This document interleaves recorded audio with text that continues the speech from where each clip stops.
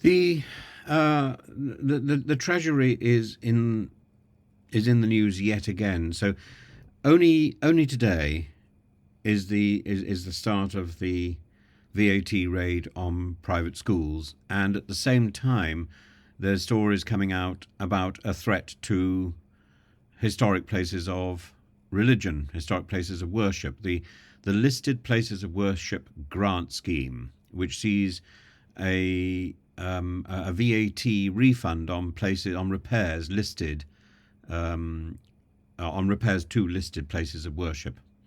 And the threat is that this is going to be removed. And it carries profound consequences for our nation's cultural, social, and even economic fabric. Rachel Reeves' looming tax policies, alongside Lisa Nandy's ominous silence, pose a direct threat to Britain's historic places of worship, an assault on heritage disguised as fiscal responsibility. This scheme, a lifeline since Gordon Brown introduced it in 2001, effectively refunds VAT on repairs to listed places of worship, and it has supported over 13,000 buildings, from the medieval grandeur of Chichester Cathedral to the quiet resilience of Sandys Row Synagogue.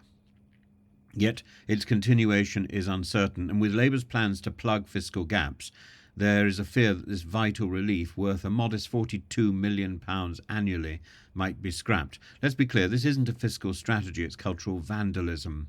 And it's pursued with the same sort of bullying strategies that have dominated the activities of the Treasury since the Labour Party was elected to power. That is, that these things come in so suddenly with a knee-jerk attitude that doesn't allow anybody to plan, whether this be the inheritance tax issue with farmers, the VAT on private schools, the abolition of the winter fuel payment for pensioners. It all happens very fast. What doesn't happen very fast is the payment to the post office sub-postmasters and mistresses who were hurt by the Horizon scandal, the Windrush, the Grenfell Towers, the infected blood scandals. These don't merit the same sort of speedy response. They merit rhetoric and then delay. And the only way to approach this is to say this is about bullying. This is a treasury that bullies those people who fall into its orbit by mistake. And Bishop Andrew Rumsey has warned that the ending this scheme will impose an unbearable burden on parishes already stretched to their limits. Churches, synagogues, mosques, temples are not mere bricks and mortar. They're the dynamic hubs of community life. They are landmarks in the local town, city, village. They host food banks, addiction clinics. They offer warm spaces for the elderly. And the National Churches Trust estimates that contributions to public health save the NHS £8.2 billion annually. Remove the 20% VAT relief on repairs, and many of these services, alongside the buildings themselves, will crumble overnight.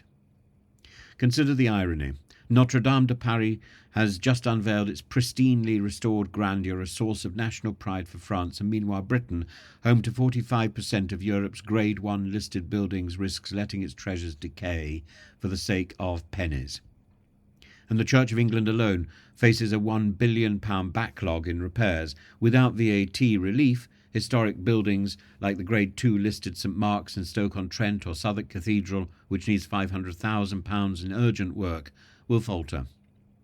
This isn't just a religious matter. Synagogues like the West End Synagogue, facing a £5 million repair bill, are pillars of Jewish heritage in the UK. Without relief, smaller communities like Exeter Synagogue or Sandys Row could face closure, dismantling centuries of shared history.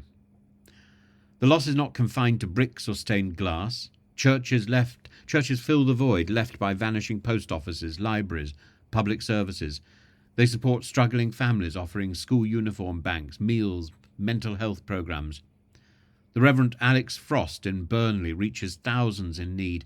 His work relies on physical, sacred spaces As one vicar astutely notes, you can't give someone a hot meal via an app.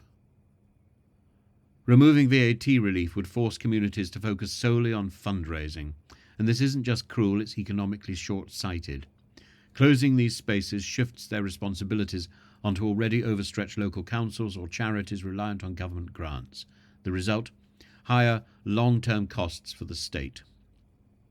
Labour's silence here is damning. Lisa Nandy, as Culture Secretary, has evaded backing the scheme's extension, and meanwhile Reeves's policies, be they on farms, inheritance tax or fuel allowances, are creating a pattern of knee-jerk reactions that target the most vulnerable while achieving little fiscal gain. The scheme's £42 million annual cost is loose change in government terms, barely a week's NHS spending. To end its penny pinching with catastrophic cultural consequences is to signal that our country is directed towards some sort of iconoclasm. Churches, synagogues, mosques are more than monuments. They are living institutions rooted in the communities that they serve. To abandon them for short-term savings is to ignore their immense value to the heritage, to the economy, to the collective spirit, to architecture, to beauty.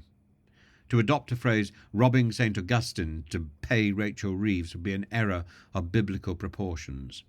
It's incumbent upon us all to act, to write to your MP to demand the continuation of the listed places of worship grant scheme. This isn't just about preserving the past or preserving a place for a funeral or a wedding or a baptism. It's about safeguarding the present and investing in a future where our shared history remains vibrant and accessible.